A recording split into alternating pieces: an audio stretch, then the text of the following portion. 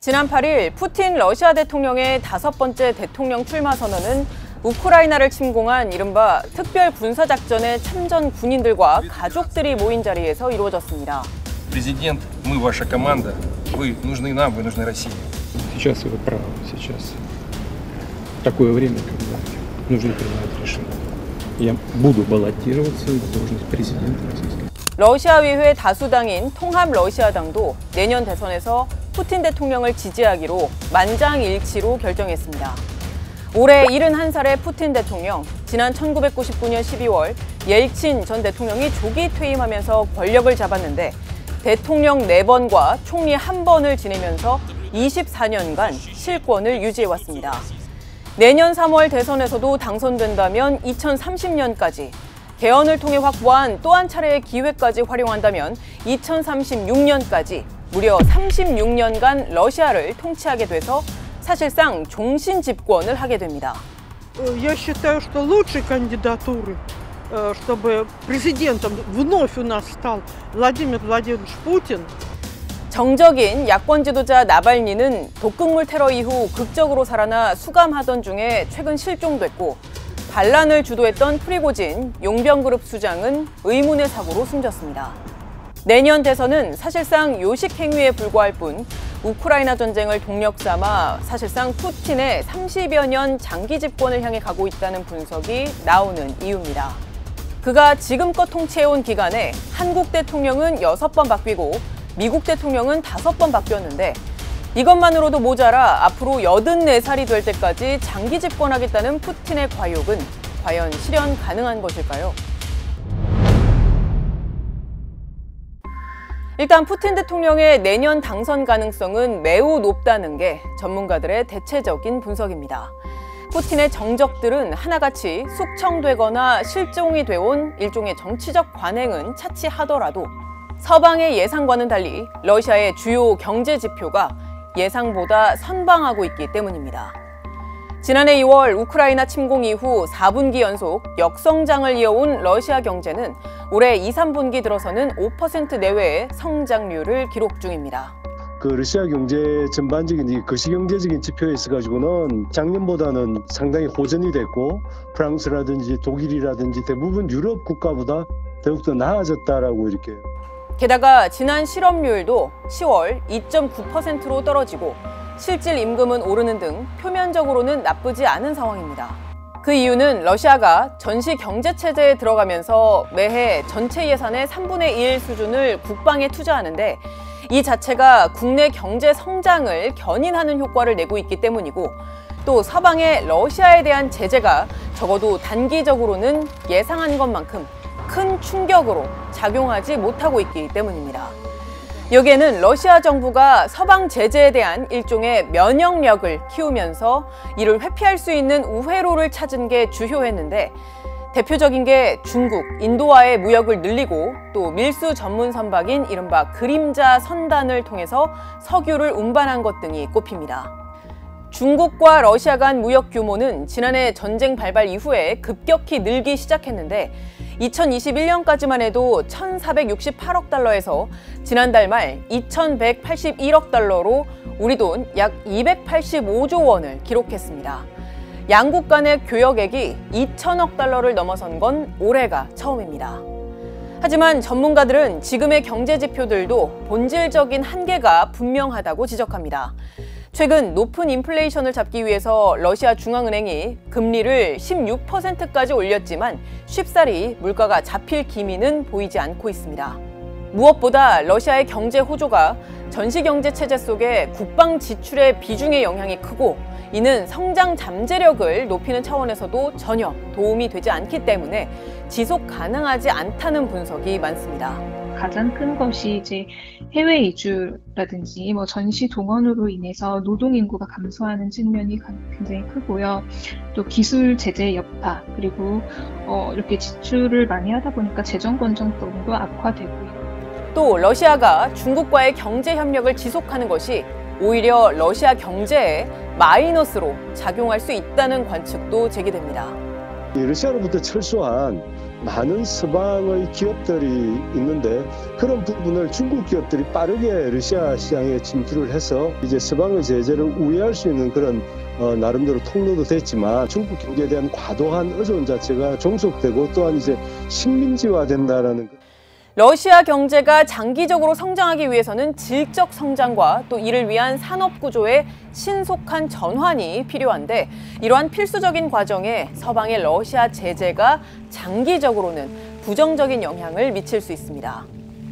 제재의 핵심, 경제적 고립의 강요, 금융 제재, 그다음에 이제 GVC 배제, 수출입 통제, 그다음 마지막으로 기술 협력을 배제하는 것으로 요약이 되는데 이제 그게 산업 구조 전환에 악영향을 미치고 따라서 경제 성장률, 장기 성장률을 하락시키는 요인이 될 것으로 저희는 그렇게 보고 있습니다. 즉, 푸틴이 내년에 집권하는 건 무리 없이 가능할 테지만 러시아에 대한 제재가 장기화되고 이것이 러시아 경제에 구조적인 악영향을 미쳐서 잠재 성장률을 떨어뜨린다면 경제 상황에 대한 여론 악화로 이어져서 푸틴의 장기 집권에 악영향으로 작용될 소지가 있는 겁니다.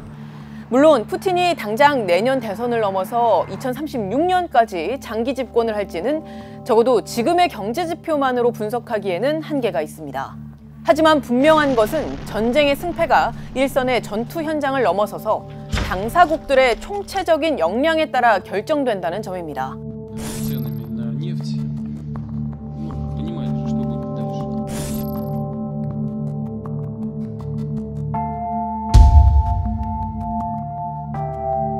이는 우크라이나에 대한 지원이 줄거나 러시아에 대한 제재 고삐가 늦춰져서 우크라이나가 버틸 수 있는 시간이 점차 짧아지는 것을 우리가 우려해야 하는 이유이기도 합니다.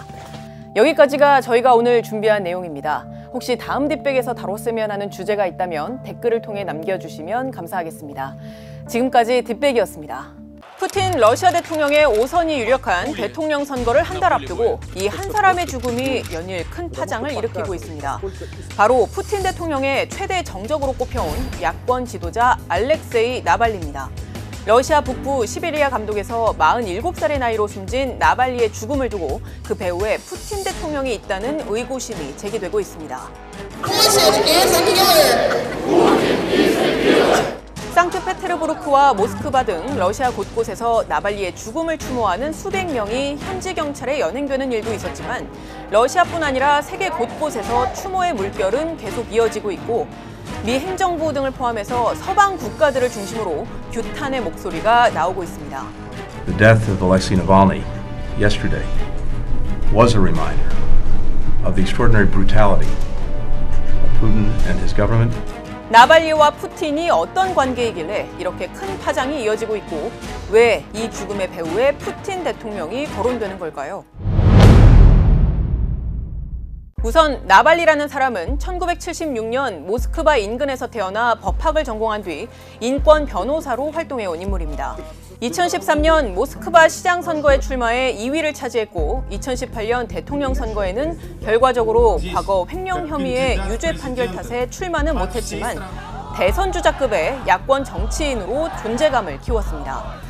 그는 러시아 국영기업, 러시아 고위 관료들의 부정부패를 낱낱이 고발하면서 명성을 얻게 됐는데 특히 푸틴 대통령을 정조준하는 일도 마다하지 않았습니다. 그 사례 중 하나가 바로 이겁니다. Но дворец самого коррумпированного мы покажем изнутри, с самого начала по сегодняшний день. Владимир Владимирович Путин.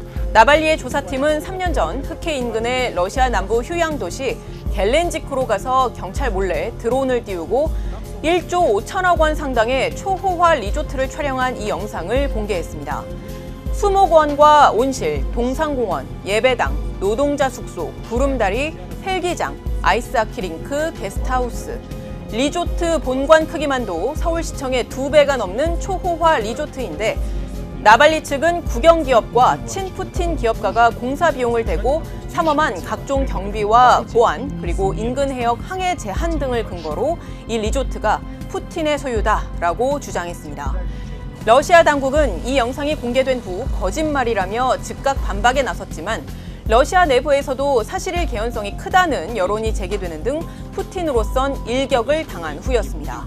이후 나발리는 여러 차례 의문의 테러를 당하며 죽음의 고비를 넘기는데 횡령, 극단주의 선동, 사기 등의 혐의로 30년 이상의 징역형을 받은 그는 지난해 12월에 혹독한 환경으로 북극의 늑대로 불리는 제3교도소로 이감이 된 상태였습니다.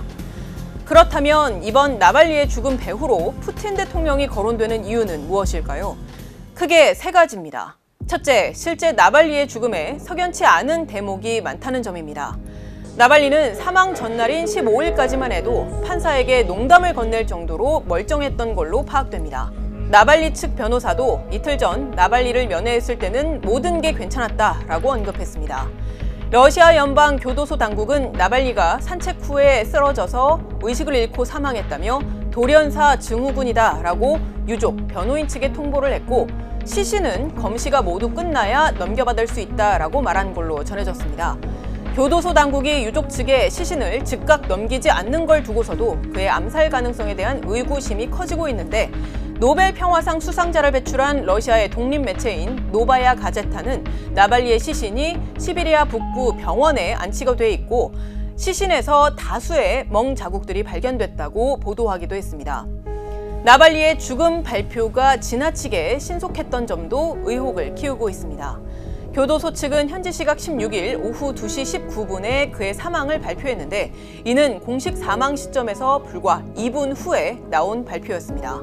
노바야 가제타는 나발리와 같은 교도소 수감자들이 이미 당일 오전 10시에 나발리의 사망 소식을 들었다고 보도했습니다.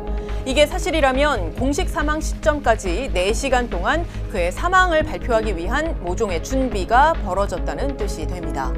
이 매체는 또 나발리 사망 이틀 전 정체를 알 수 없는 차량 여러 대가 교도소에 들어왔다고 전했고 영국 일간지인 더 타임스는 러시아 연방교정국 지부 보고서에 이틀 전 러시아 정보기관 연방보안국 당국자들이 해당 교도소를 방문해서 일부 보안 카메라와 도청 장치 연결을 끊고 해체했다라는 내용이 담겼다고 보도했습니다. 둘째, 나발리가 이미 지난 2020년 시베리아에서 모스크바로 향하는 비행기 안에서 의문의 독극물 테러를 당한 바가 있는데 옛 소련 시절 개발된 군사용 신경작용제인 노비촉 계열의 독극물이 검출돼서 그때도 푸틴 대통령의 배후설이 제기됐습니다. 당시 18일 만에 의식을 회복한 나발리가 러시아 정부의 암살 시도다라고 주장한 데 대해서 당시 정부 측은 과대망상이라고 했지만 실제 나발리가 러시아 국가안보회 고위인사인 척 신분을 속이고 러시아 정보기관 연방보안국 요원에게 당시 정황을 캐물은 끝에 러시아 당국이 자신의 속옷에 독극물을 묻혀서 암살을 시도했다는 정황을 확보해서 해당 영상을 유튜브에 업로드하기도 했습니다. Значит, по вашему мнению, выжил этот фигурант, потому что самолет посадили слишком рано, верно? Главная причина. Ну, мне кажется, что да, только из-за этого. Если бы там... 셋째, 푸틴 대통령이 배후로 의심되는 정적들의 사망, 이번이 처음이 아니라는 점입니다. 2006년 발생했던 홍차 독살 사건이 대표적인 사례입니다.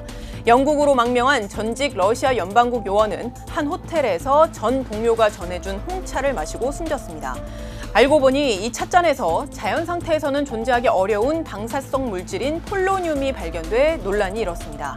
2006년 10월에는 러시아군의 체첸 주민 학살을 고발했던 언론인이자 푸틴의 러시아와 같은 비판적인 책을 써왔던 인권운동가인 안나 폴리코브스카야가 총에 맞아서 숨진 채 발견됐습니다. 2013년에는 러시아 신흥재벌인 보리스 베레조프스키가 런던 부촌의 자택 욕실에서 숨진 채 발견됐습니다. 2015년에는 보리스 전 총리가 모스크바 한복판에서 괴한들의 총에 맞아 숨졌습니다. 9월에는 러시아의 우크라이나 침공에 비판적인 입장이었던 러시아 최대 민영 석유업체인 루크오일의 회장이 모스크바의 병원에서 추락사를 하기도 했습니다. 지난해 러시아에서 무장 반란을 시도한 예브게니 프리고진도 반란 시도 2달 만에 비행기 추락 사고로 숨졌는데 그 배후로 푸틴 대통령이 지목된 바 있습니다. 올해 72살의 푸틴 대통령, 지난 1999년 12월 옐친 전 대통령이 조기 퇴임하면서 권력을 잡았는데 대통령 4번과 총리 1번을 지내며 25년가량 실권을 유지해왔습니다. 올해 3월 대선에서도 당선이 된다면 2030년까지 그리고 개헌을 통해 확보하는 또 한 차례의 기회까지 활용한다면 2036년까지 무려 36년간 사실상의 종신 집권을 하게 됩니다. 이미 러시아의 반정부 인사들, 야권 인사들이 제대로 활동할 수 없는 여건이라는 평가가 많은 상황 속에서 이번 나발리의 죽음은 푸틴 대통령의 철권 통치를 강화하는 또 하나의 상징적인 사건이 될 수 있다는 분석이 나옵니다. 지금까지 뒷백이었습니다. 유사시 미국의 핵우산을 제공받는 한국은 핵 보유국 혹은 사실상의 핵 보유국들로 둘러싸여 있습니다. 1960년대부터 군축 문제를 연구해온 스웨덴의 스톡홀름 국제평화연구소 시프리에 따르면 올해 6월을 기준으로 북한의 핵탄두수는 30기, 중국의 핵탄두수는 410기, 러시아의 핵탄두수는 5,889기로 추산됩니다. 이는 연구자들이 보수적으로 측정한 편에 속합니다. 미 국방부는 지난 10월 미 의회에 제출한 연례보고서에서 중국은 500기 이상의 핵탄두를 보유했다고 보고했습니다. 북한의 경우 국내 연구기관에서 최소 50기에서 180기가 넘을 거라는 분석이 나올 정도로 그 추정의 편차가 큽니다. 사실 이들을 포함한 주요국들의 핵군비 경쟁 문제는 어제 오늘 일이 아닌데 왜 핵 위기가 점차 고조되고 있다는 우려가 나오고 있는 걸까요?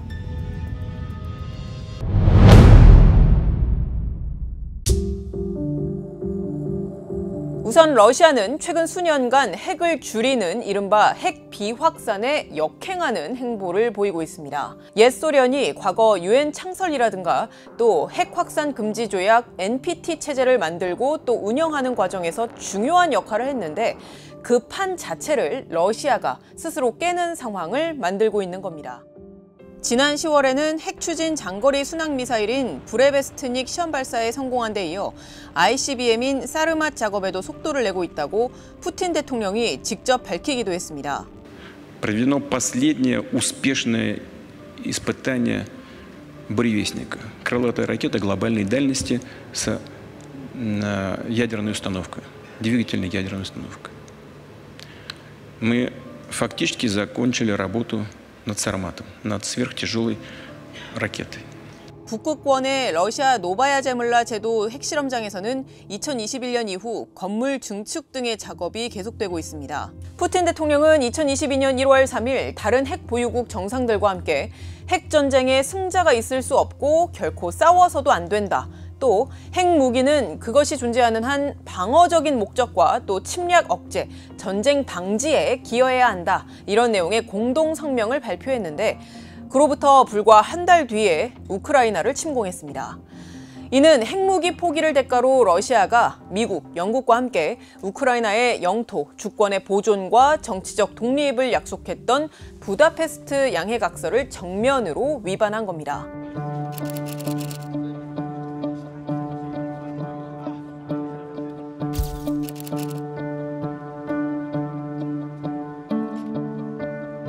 올해 2월에는 미국과의 사이에 유일하게 남아있었던 핵 군축 협정인 신전략무기 감축 협정에 참여 중단을 선언한 데 이어서 지난달엔 핵실험을 금지하는 국제조약인 포괄적 핵실험 금지 조약 비준을 철회하면서 핵실험 가능성을 열어놨습니다.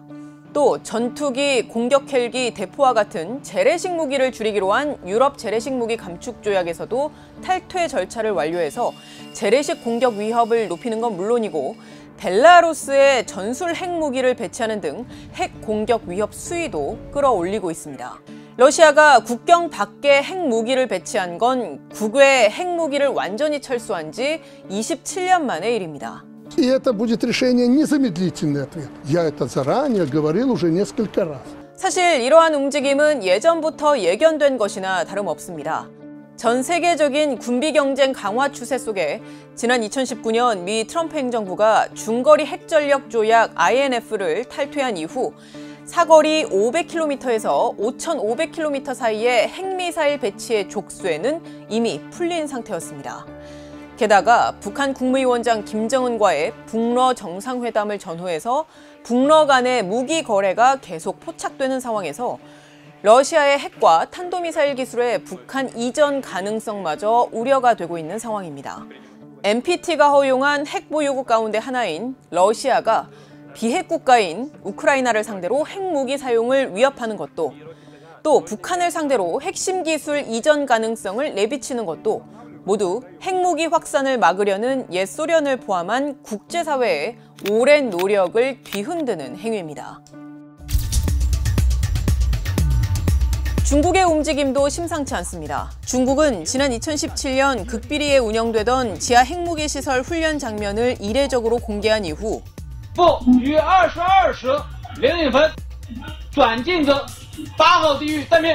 그 어느 국가들보다 빠르게 핵무기를 확대하고 있습니다. 미 국방부의 2020년 중국 핵탄두 보유 예측치는 200기 이하였는데 현재는 500기 이상으로 150%가량 증가했습니다. 게다가 2030년이 되면 중국의 핵탄두 보유수는 1,000기가량으로 예상됩니다. 미 국방부의 또 다른 보고서에서는 2035년까지 중국이 1,500기 이상의 핵탄두를 보유할 걸로 전망하고 있습니다. 물론 6,000기 가까이 되는 러시아와 또 5,500기가량이 되는 미국에 비하면 중국은 약 10% 정도 되고 또 3대 핵전력이라고 불리는 대륙간 탄도미사일과 잠수함 발사 탄도미사일 그리고 장거리 전략폭격기를 종합적으로 봐도 중국의 핵전력이 미국을 뛰어넘을 수는 없지만 그 격차를 좁히는 속도가 빠르다는 점에서 위협적이라는 분석이 나옵니다. 특히 최근 뉴욕타임스 보도에 따르면 중국 신장 위구르 자치군의 핵실험장 일대를 촬영한 인공위성 사진을 보면 2017년 이후 건물 증설과 같은 확장 공사가 계속되는 걸로 파악됐습니다. 미국의 한 연구진은 지난 9월에 찍은 위성 사진을 근거로 중국 핵실험장의 활동 수준이 높아지고 있다며 지하 핵실험 재개를 준비하거나 저위력 핵실험을 비밀리에 수행 중일 수 있다고 지적했습니다. 중국 핵전력의 공격성이 강화되고 있는데 특히 시진핑 체제 들어서 핵 개발이 더 가속화되고 있다는 평가가 나옵니다. 중국의 탄도미사일이 정밀 타격 능력이 현저히 강화됐다. 이건 그 자체로 중국의 핵전력의 공격성이 강화된 것으로 해석될 수 있고요. 이제 핵탑재 ICBM 발사가 가능한 사일로 이런 추정 시설들이 120여 개 건설되고 있고요. 중국의 핵탄도미사일 발사 잠수함 전력이 강화된 것을 통해서 또 공격성을 볼 수가 있어요. 중국에선 핵 재래식 전력을 함께 준비하고 전 영역에서 억지와 전쟁을 성공적으로 수행해야 한다는 표현이 강조되고 있는데 이런 표현은 현실의 여러 정책 변화에도 적용되고 있습니다. 국방개혁 과정에서는 제2포병을 로켓군으로 재조직합니다. 이는 로켓군이 기존에 핵억지만 하다가 핵 재래식 통합 전쟁을 준비하게 되었음을 의미합니다. 2022년 당대회 같은 경우에는 강대한 전략 억지 역량 체계 구축 이런 표현을 써요. 그러니까 말한 그 3대 핵 무기 체계의 강화를 본격적으로 주문한 것이고 중국 신장, 러시아 노바야 제물라뿐 아니라 미국 네바다의 핵실험장의 지하시설도 2018년에 비해 올해 매우 크게 확장되는 등 핵실험의 가능성을 열어놓은 정황이 포착됐다는 CNN 보도도 나온 바 있습니다.